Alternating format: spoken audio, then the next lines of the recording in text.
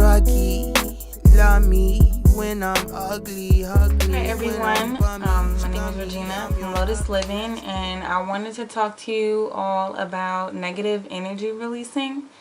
I was coordinating this weekend with some women at Femme Fatale DC. For those who don't know what that is, it's basically like this all women's group that come together to vend. They did a fashion show one time, like a bruja brunch. That was really cool.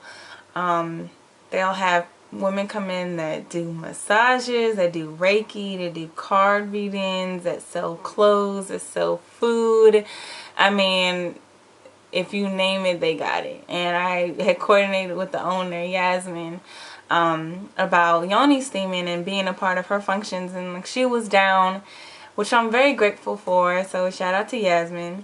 But anyway, as I was talking with the women, I started telling them about my yoni steams, and I told them about negative energy releasing, and that's one of my products that I sell, one of the herbal blends.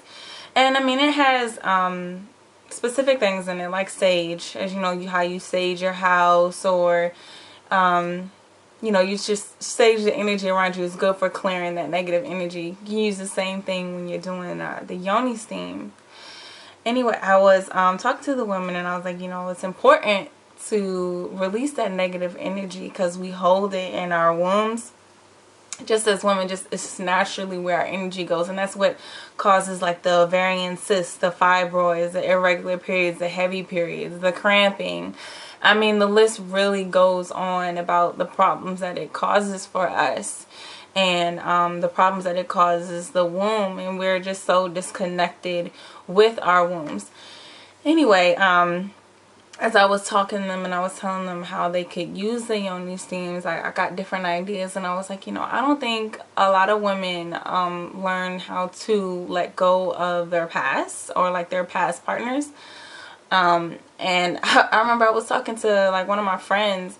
She was saying, yeah, I was watching this documentary about this woman. She got an autopsy or whatever, and they like swabbed her vagina, and there were remains from previous partners, just like physical DNA, like not like chunks of stuff, you know, but like actual like remains of DNA. And I realized, like, if you don't put in the work to let your past partners go, they're gonna stay with you. And she told me that they can stay up with you up to 7 years.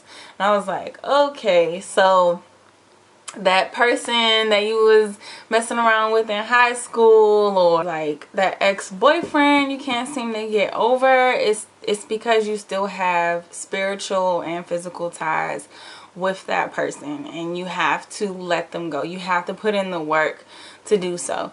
There are a lot of different ways that you can release a partner or release your past, and it's not necessarily just have to be your partner.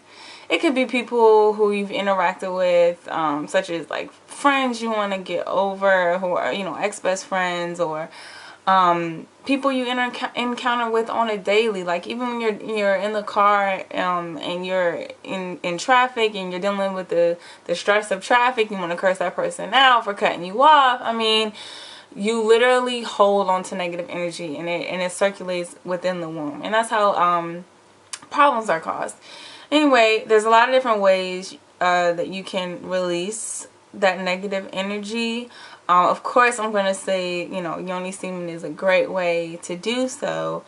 But there's also things that I tell women to combine with their yoni steam when they want to release that negative energy.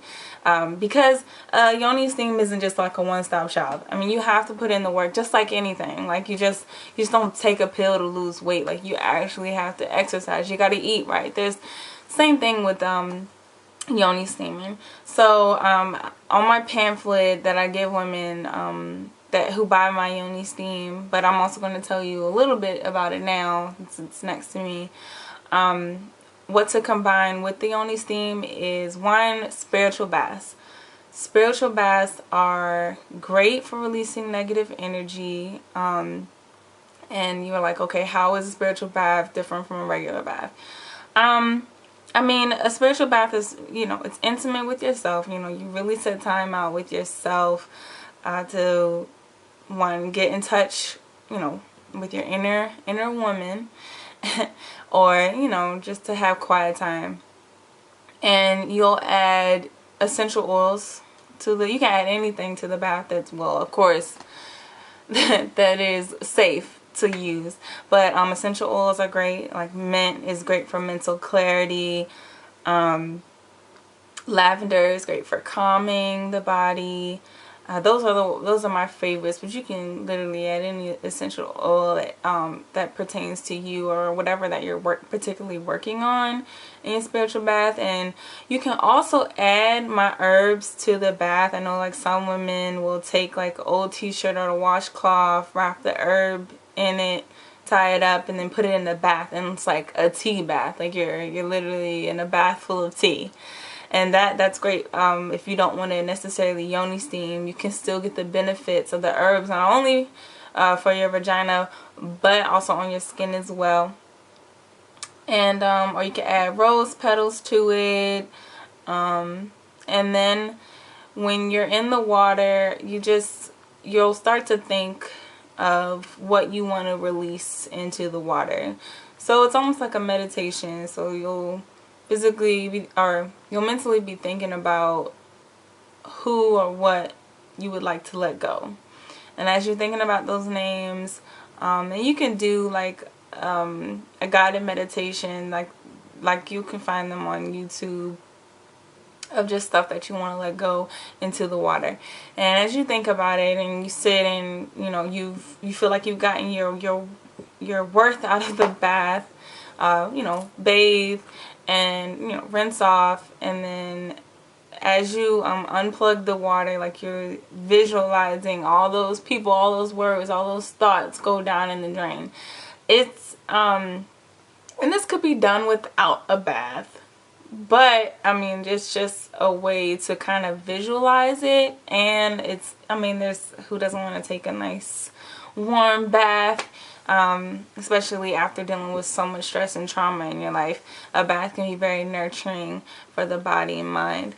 Another way is meditation, especially cord cutting meditation.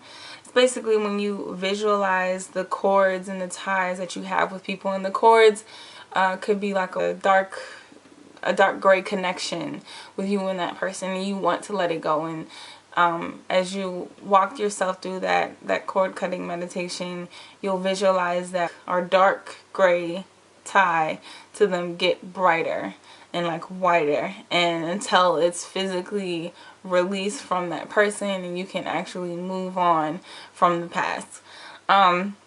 Finally, I suggest women to do is to detox.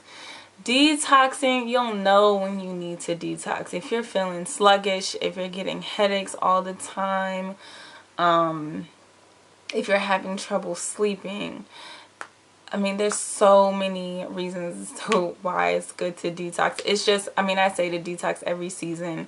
I'm late on my detox myself, but it's just a good way to refresh your body and to kind of restart, just to start over and to start new. When you detox, you want to combine, you want to do, there's many detoxes on the market, but they can be pretty pricey.